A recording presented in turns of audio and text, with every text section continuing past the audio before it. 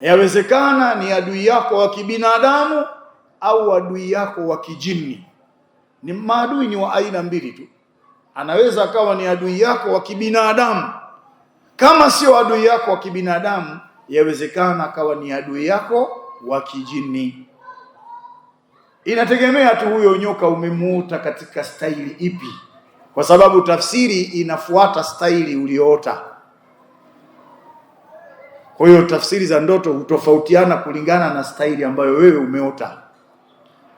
Lakini wataalamu wa ndoto wanasema wa adawatu kulli hayatin, na uadui wa kila nyoka uliyemuota wewe, ala qadari adhmiha wa summiha, unatafsirika kulingana na ule ukubwa, kulingana na kile kiwango cha ukubwa wa yule nyoka na ukali wa sumu yake.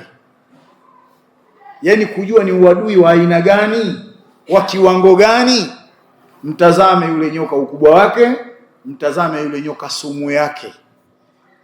Ule ukubwa wa yule nyoka ule muota na ile sumu ya yule nyoka ule muota, ndio utajua kiwango cha ukubwa wa uadui ulionao wewe, ukali wa uadui ulionao wewe. Tazama ukubwa wa nyoka na sumu ya yule